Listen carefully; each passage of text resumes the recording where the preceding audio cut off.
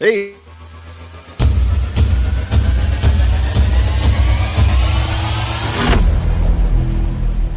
Welcome to the FSF Popcast live show.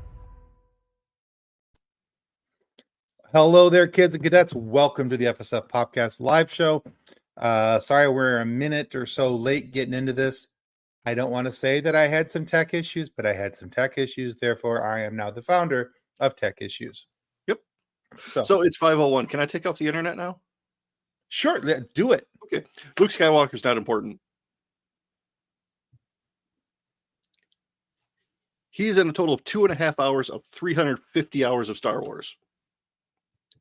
He is the equivalent of the bucket in Moria that falls down the well. That's it.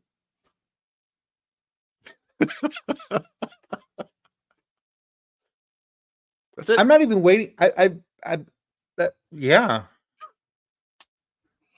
Boy, you really went for it on that one. Yeah. There have been some arguments on Reddit today. It had to do with the show we're talking about, though. None of them had to do with it, or all of them had to do with it? A lot of them had to do with that. Well, yeah. Yeah, so if you have... I don't even know how to respond to that one, really. The problem is you're not wrong. You're not wrong, and that's what's bothering me. Okay, before my brain goes completely down that aisle and we talk about nothing of which we planned on talking about today, we'd like to welcome everybody to the show. Now, today, we are talking about the show that premiered last night on Disney Plus. That, of course, is The Acolyte for Star Wars. And before anybody comes into the comments and saying, oh, it's Disney, oh, it's Star Wars, kids, it's got the Star Wars logo. It's Star Wars. Deal with it. Yep. I'm tired of that argument. Oh, it's Disney, so it's not Star Wars. And so many people have been complaining about this show since it was announced, since there was a trailer, before there was a trailer, before we had anything, we had any information about it. They didn't like the fact that Leslie Headland was going to be running it because she wasn't big into Star Wars, and she wanted a room of people that were going to bring a fresh perspective into Star Wars. And I'm like, yes, please. Yeah, I want a fresh perspective. Yeah. So, yeah. But episodes 1 and 2 last night premiered on the Disney Plus channel. So every Tuesday at 9 p.m. Eastern Standard Time, 6 p.m. Pacific, there will be a new episode coming out next week. We get episode 3. So very excited to see where all this goes. We've got a lot to talk about. Now, I had to back it up to listen to John break Tim again. That's a whole nother topic. And trust me, we will be talking about Luke Skywalker's insignificance to the Star Wars story later, because I got the brain pains, mama. Oh, my undula oblongata is broken. It's okay, Bob. It's okay. Yeah. I got all them teeth and no way to scratch them. Anyway, so we're here to talk about Star Wars today. Now, I want to also remind you that we're going to be talking about stuff that premiered last night. So this is less than 24 hours since it aired. You will be getting spoilers if you haven't had a chance to watch The Acolyte episodes 1 and 2 yet. So you have two choices moving forward. Either you're okay with spoilers and you stick around, we'd love for you to, or B, you come back and watch this after you've watched The Acolyte episodes 1 and 2, because otherwise we're going to be talking about characters, people, places, things that are all part of these episodes that you haven't seen yet. And the reason why we say that is because our very next slide is spoiler. So spoiler warning, spoiler. Click away if you want to. We've given you every opportunity. If you're still here, anyway, here we go. All right. So The Acolyte is, according to this screenshot, set 100 years before the rise of the Empire. It's a time of peace. The Jedi Order and the Galactic Republic have prospered for centuries without war. So what we're looking at is a time period about 100 years before the Phantom Menace, 100 years before Palpatine, before we meet Anakin, 100 years before we meet Palpatine, before all of these different things. The Sith are thought to be gone. And as it says there, but in the dark corners of the galaxy, a powerful few learn to use the Force in secret. So there's a lot going on in this first couple episodes. But Yep. before we get into breaking everything down, I thought what I'd like to do is just kind of give you my thoughts, and John, you can do the same if you like, on the overall of the episodes. So we have 2 episodes, both of these of which are setting up new information for canon. We have new characters coming in, new personalities, new people, new everything. We don't know who the really important characters are going to be yet. We don't know who the minor characters are going to be yet, who we're getting introduced to, and all of that. What I do like, though, and I guess we'll get into this a little bit more later as we go on. I do like this, where we're headed with this. Episode 1 is a little slow, but it's not bad. Right. I would say on a scale of 1 to 5, I'd probably give it a 3.5. Yeah, 3.5, maybe a 4. Yeah. I thought episode 2 was like a 4 or a 4.25. It's a much better episode, and we're starting to see the storyline develop, and they're kind of filling in some of the blank spots that maybe we didn't see in episode 1, and we're starting to get a little bit of story information. So for me, 2 very solid episodes to get started in a story that I know nothing about, characters I know nothing about, and an opportunity for us to get to learn new characters, new places. So I thought it was pretty good overall for the first 2 episodes. A nice way to get started and to kind of start drawing us in. Yeah. Overall, I pretty much agree. I mean, I like that they're not using legacy characters. I mean, there's Vernestra, but she's much older and in a very different place in her life than we saw her in the novels. She's gone from having hair to having no hair, being a wayfinder, being off doing her own thing, to now she's at the temple telling people to come back to the temple because I said so. Right. So, I mean, there's some interesting stuff going on. I'm intrigued. Yeah, I am as well. I'm very excited about where the story is headed and what's going on. So we've got a few things we want to talk about. And we've got some slides to kind of help guide our conversation along the way. So, and if you have thoughts about what we're talking about, please don't be shy. Put them in the comments. We'll try to get your comments up on the screen, and John and I will give you our very unprofessional, professional opinions about these things. So, the first talking point I wanted to go over was the character of Master Indara, played by Carrie-Anne Moss. Now, I don't know about you, but I was both excited to see her come on screen and be disappointed that her time on screen was as short as it was. Yeah. I do like how she was used, though, because, people our age are going to remember her from the Matrix movies. And so she got to do some more wire food. Yeah. I was going to say the little Matrix run up the stairs. Yeah. Yeah. Totally noticed that. Yeah. The way it was choreographed, so she's using the Force without attacking with the Force, was very, very well done, I thought. I mean, I realized it wasn't a full-blown lightsaber duel, but you don't need a lightsaber duel to have a cool fight. No, I thought the fight was very good.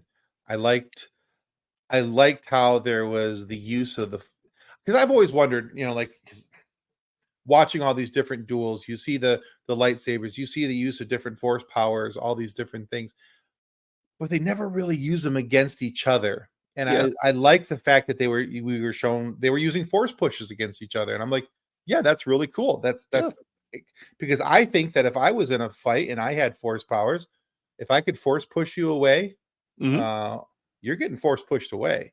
Oh yeah. So I thought that was really cool. I do like how her character was used. I like what she's used to set up for. I think that for me, the only reason why I say I was disappointed with it is that everything leading up to it, you were kind of led to think that Carrie-Anne Moss had a bigger role, and maybe she will. Maybe she'll have some like flashback scenes. Flashback scenes. Thank you. My brain would not flashback to flashback scenes. But yeah, so maybe we'll see her more in flashback scenes and some things along those lines. but I had thought that she was going to have a bigger character just because, and especially because of some of the comments that showrunner Leslie Headland had made about Carrie Ann Moss's involvement and how badly she wanted Carrie Ann Moss involved in this project. So I immediately assumed that we were going to see more of her in the show than we did. I mean, she's not dead. She did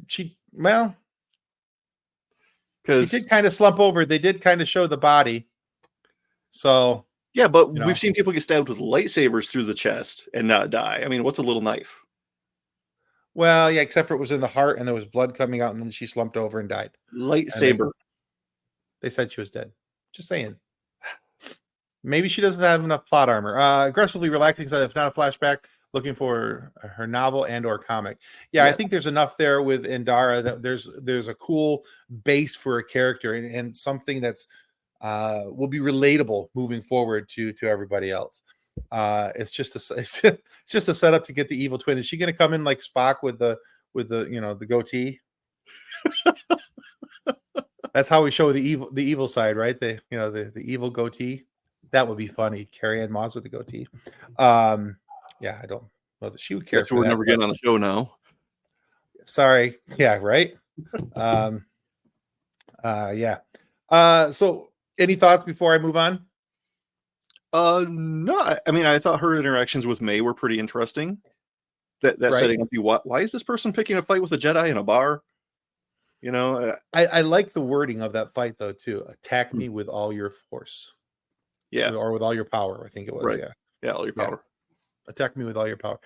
Yeah. So kind of interesting. All right. So speaking of May, I do like the duality of the character. Being played by the same actress. She's, I think, doing a very good job of it. I like each character, but for different reasons. Mm-hmm. May is kind of the tortured soul that's seeking redemption, revenge. And speaking of the evil twin, Kathleen.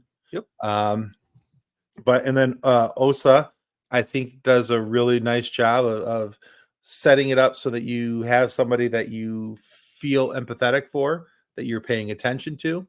Yeah. And, so I think there's something about her character there that could be a lot of fun. Yeah. Now with Osha, I know this joke's been made elsewhere on the internet, but she's doing a job that is illegal in the Republic as a mechanic because it's not safe. So she is OSHA violating safety laws. I noticed that too. I've spent enough time on construction sites like, I appreciate the humor. No, let's see. Kathleen says, I think she's alive because she knew who May was, and it's all set up to eliminate the Sith. Could be. Maybe. Could be. Maybe. Possibly. That's not a bad theory. We'll definitely see that coming up. Now, I don't have a slide for this part, unless I'm sorry. Is there anything else you want to add to the May and Osa? No, let's go with the flow. Okay. Speaking of going with the flow, I want to talk about the pacing and the storytelling as I rush into the pacing and the storytelling. The irony there. Yeah, the irony there is not lost on me. I do want to say that I think that the pacing in the first two episodes, even though the first one was a little bit slower than I was anticipating, it wasn't uncomfortable. It wasn't so slow, that it was painful. I thought it was just at the right speed so that we could have setup and information to inform the rest of the episodes. Yeah. I mean, it was a little slow at the start, but a lot of stories are slow at the start because you have to introduce these characters, explain the situation. That takes time, I did. Go ahead, please. No, you.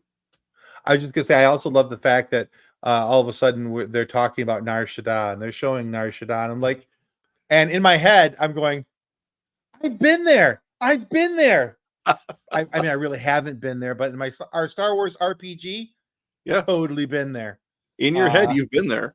I have. Because you start talking about, well, I did this and we did this and this character did. It's weird. It messes with your head after a couple decades. It does, yeah.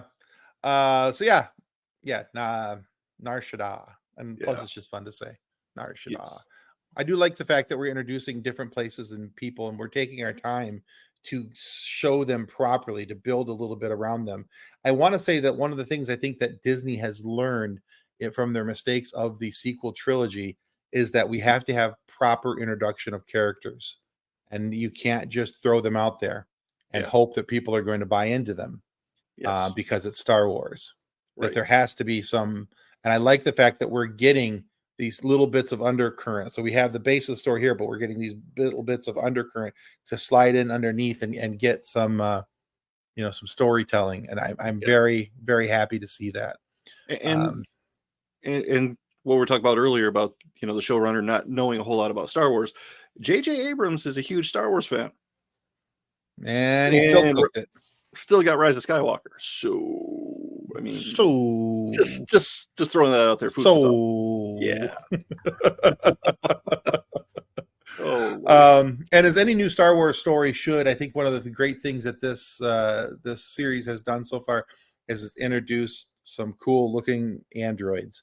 And our favorite so far, I think everybody's favorite so far, is not that person, but this, because I jumped ahead on my list. Okay. But yeah, so Pip. Yes. I don't. It's like kind of like with R2-D2. You don't understand what Pip is saying, but you kind of get it from the attitude. And I like that he's a droid, but also basically a tricorder. We haven't seen this configuration before. No, I did. I liked that as well. It's kind of a subtle nod to the Trek. Yeah. Kathleen says that George Lucas is also a huge Star Wars fan, and we still got episode 2. Yeah. Anyway. Anywho, I still say take out the Naboo lovey-doveyness, and it's a good movie. Yeah. So, but yeah, I'm kind of curious to see what kind of other androids we get. I like the fact that we had the new like ship flying droids. I thought those were kind of interesting. And they turn into chairs when they turn off. Right? Yeah, the arms come. They set down into arms, and so like, autopilot's off. We'll let a human sit here now. It's brilliant. Yeah, I thought that was really cool. So I liked that. I really liked Pip. I liked the fact that when Osa woke up Pip, she was like, all right, inside voices. Yeah. So I did like that quite a bit. And we're still talking about characters and everything else. So I'm gonna go back to the slide that I skipped because, well, I jumped ahead on my list because I wanted to talk about Pip.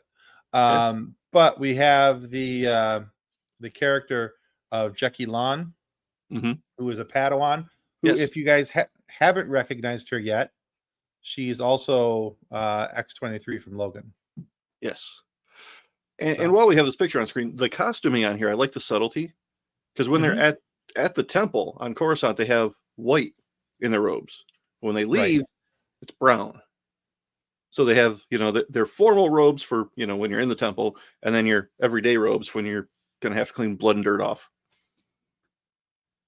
I like it's easier to get the stains out of not things that aren't white. So exactly. They're thinking of the laundry droids. Exactly. So thinking ahead. Yeah. But I really enjoying this character out of all. Yord is okay. I don't know what to think of Yord just yet, although he's got some moments that made me the whole naked thing and apologizing. I don't understand why he was naked, but Yord is very much.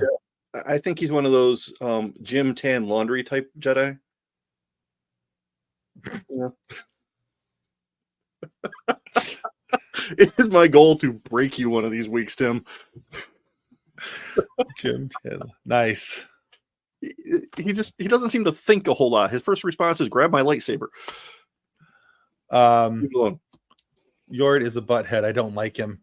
I don't think he's a butthead. I just think that he is a bit of a jock, and it's almost like he's going to spin to win every time he pulls out his lightsaber. I don't know. Yeah, I think he's being played well by his actor Charlie Barnett. I just don't think that we've seen him fully as a character yet enough for me to say that I like him or dislike him. I'm curious about his character and everything else.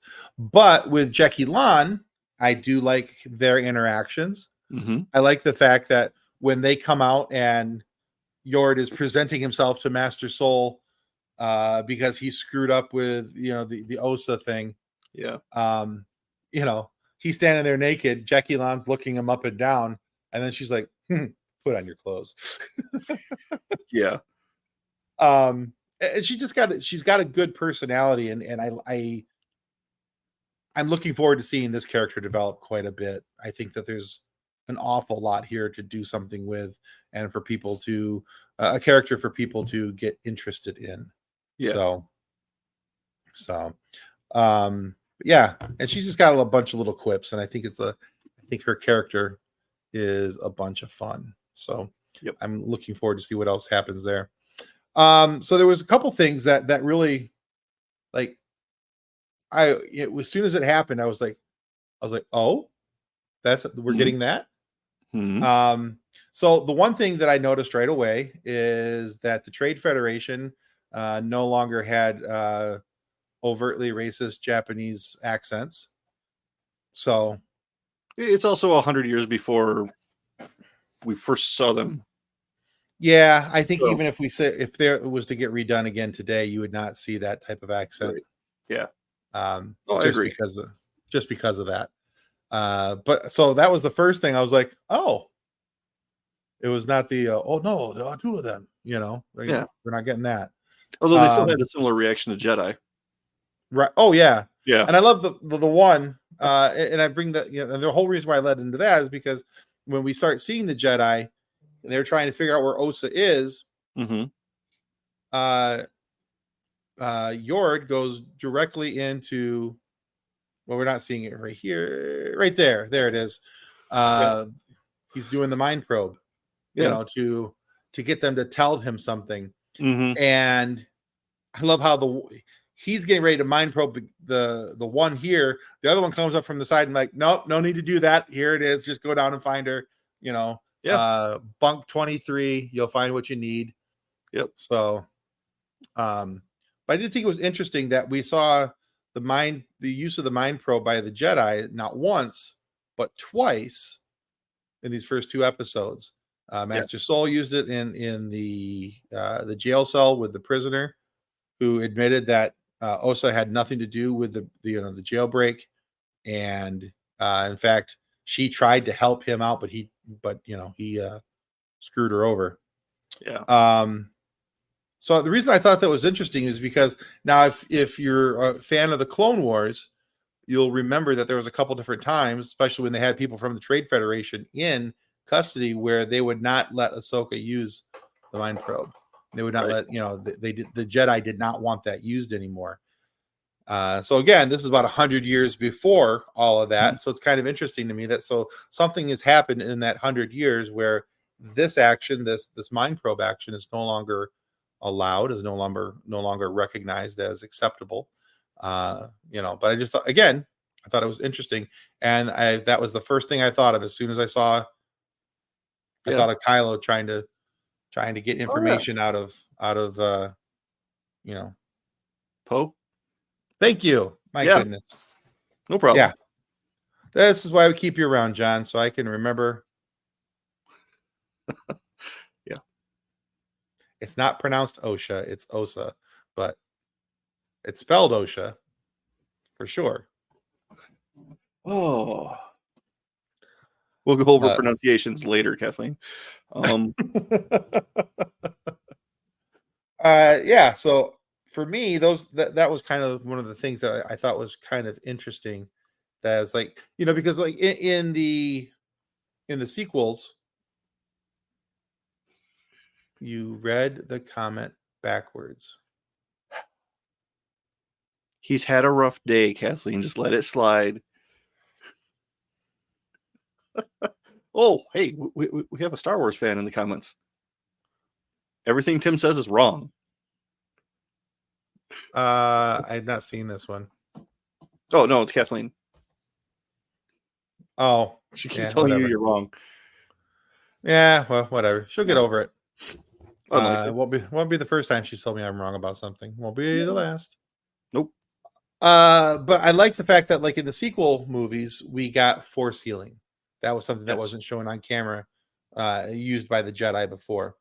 I like the fact that we're seeing the mind probe being used now. I mean, is this how much different is the mind probe than you like Obi-Wan inserting a thought into somebody's head that these Yeah. are not the droids you're looking for. Instead of putting it in, you're pulling something out. It's just Right. same This concept, is different application. right, which makes me wonder why is one allowed and why is one not. But Well, I I mean, don't know. Obi-Wan wasn't real keen on following all the rules. Right. And by that point, I mean, technically, yes, he was still a Jedi, but he wasn't there was no temple for him to report to or anything. So Right. but yeah, kind of there was something else about this I wanted to talk about, but I can't remember what it is now. Did somebody pull it out of your brain? Possibly. It'd help if they put it back in. Yeah. That's probably not going to happen though. And Yeah, then the one last thing I really appreciate about this is that so we're 2 episodes in. We know that there is we've got a master of some sort for the Sith. yes. Not even May knows who that guy on the on the rock is. Right. I think it's kind of cool that we have this mystery kind of being built for us. Yeah. And we have opportunity to see it unfold. We're having opportunity to see, kind of where this is going. So I'm kind of excited about that. So we have this mystery Sith master. I think I know what that's in reference to, and we're just going to leave that one alone. So anyway, oh, my wife. She's a wonderful human being. That is definitely your wife. Yes. But yeah, so those are the things that I really appreciated about the Acolyte episodes 1 and 2. Mhm. There's so much that's gonna be going on in this series that I think every week there's gonna be something where we go, oh, okay, we're getting that, or oh, okay, this is who we're getting introduced to, or how we're getting introduced to him. So I like the fact that we have a change of pace story. And I'm not saying it's the same or on par with, but I have a very similar feeling about this that I did about Andor. Andor was written in a different way. It was a different look, a different take on Star Wars. And I feel very much the same way about this. It's a different look. It's a very different take. It's a different feel for Star Wars. And it has all the earmarks of Star Wars, but enough to kind of set it apart on its own. And that's what I liked about Andor. It had all the earmarks. It had all these things that made you go, oh, yep, this is definitely Star Wars. Whereas this, I think that it's like I said, it's not the same style of writing. It's not the same, and maybe the writing will improve over the next couple of weeks, because even though I thought it was very good to start with, as we build this mystery up and we get to figure out what is what and all these different things, I think, yeah, I'm anxious to see where this goes from here, because episodes 1 and 2 were not enough. When I was done last night, I wanted to see episode 3, but they wouldn't let me have it because, now you can say Disney are jerks because they didn't let me have it. Well, we're just not in the pre-screen list. That's the thing you can apply for. We could do this. We have to make that happen. Yeah. But yeah, no, I'm really enjoying the show so far. I like that it's not exactly the same as everything we've gotten before. Right. New and interesting take. Right. It's not cookie cutter. Right. It's like when, Marvel tries to do superhero movies that aren't just superhero movies, but they're like spy thrillers or detective stories or something. Those are the good movies. When they just do straight up superhero, you get Quantumania. And sometimes when they try to put that into a TV show, you get Secret Invasion. Secret Invasion, yeah. Yeah. No, I'm really excited about this. I'm looking forward to the next 6 weeks. Should be fun, I hope. Yeah, I think so too. I think we've got a bunch of fun coming up in front of us. We just have to, for those of you who are watching and you're able to put aside the negative comments of people who are just so butthurt that this is a Disney production. If you can get past that by, exactly. Oh my God, the House of Mouse made another Star Wars thing. Of course they're going to. It's a money-making IP. They're going to do it. It's going to happen because there's guys like me who are going to watch it. Yeah.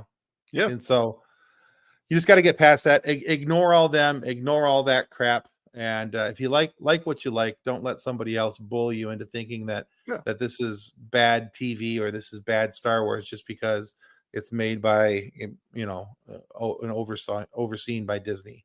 Oh my God, Kathleen Kennedy's involved. Yeah, well, deal with it. Admittedly, they've made some bad choices in the past, for sure, but everybody has. That's a Skywalker. I'm gonna start with that one actually. Yeah, but just out because of the three, just because somebody did something stupid, 7-8 years ago, doesn't mean they're still doing the same stupid thing. It's true. No, and I think that exactly, and I think that Disney has learned a lot over the last few years. The fact that you have you have a couple people now who are in oversight instead of one person going, yeah, go ahead and do what you want. Because that's basically how we got the sequel trilogies is go ahead and do what you want. Just, here's the basic characters. Yeah. Kind of how, things went down over there. But so I don't think that that's what's happening here. That is definitely not the feel. We've got a directed, a tight directed story. And I think that we're in a good position here. So like I said, like what you like, love what you love. Don't let somebody tell you that you shouldn't. Right.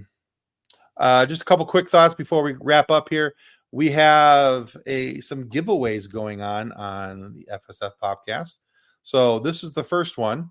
If you haven't signed up already for our email giveaways, you can sign up as it shows there on the screen at fsfpopcast.com/contact. If you go to our website, just fsfpopcast.com and click on the contact tab, sign up there for emails, and that puts you into the drawing. And you'll get we have 5 different Blu-rays to give away of the Bob Marley biopic called One Love. And so that's going to happen on June 28th. Now we've got some other things coming up here very shortly. As a matter of fact, I'll be announcing one of them tomorrow on our webpage and on our social medias, and that goes to our webpage. But so you're going to want to pay attention, because if you don't win one, you might win the other. And there's about 3 or 4 things coming up that we're going to be giving either way, Blu-rays or digital releases of movies. So you'll have opportunity for either physical media or digital media, either way on some of these. And there's, like I said, there's about 3 or 4 different movies coming up and TV shows that will have things for the giveaways.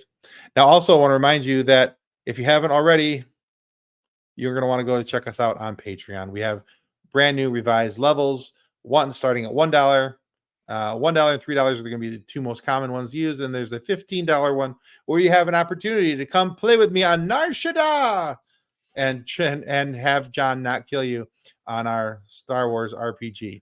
So you'll have an opportunity. That's up for discussion. And yes, but you'll have opportunity to roll dice with us probably once or twice a year, and possibly even get on other live shows. So it'll be a good time. So $1, $3, and $15 are the Patreon levels at this point in time. Anyway, I think that's it for the number 1 podcast overall in the science fiction community on Good Pods. As of this morning, we have re-upped that. Not that we ever lost that, but we lost it for like a half a week. But I think that we got it back. Sick. I think it was. It was right. Actually, it happened while we were all down for. You were down for shoulder surgery. I was down for shoulder surgery. There wasn't a whole much going on. Okay. But yeah, we're back. Yeah, number 1. Futurama. Like Futurama, we're back again. We're back, baby. Exactly. And on that note, goodbye. Copyright 2024 FSF Podcast. Reference any specific product or entity mentioned on this podcast does not constitute an endorsement or recommendation by FSF Podcast. The views expressed by guests are their own and their appearance on the program does not imply an endorsement of them or any entity they represent. If you have any questions about this disclaimer, please contact us via email at info@fsfpopcast.com.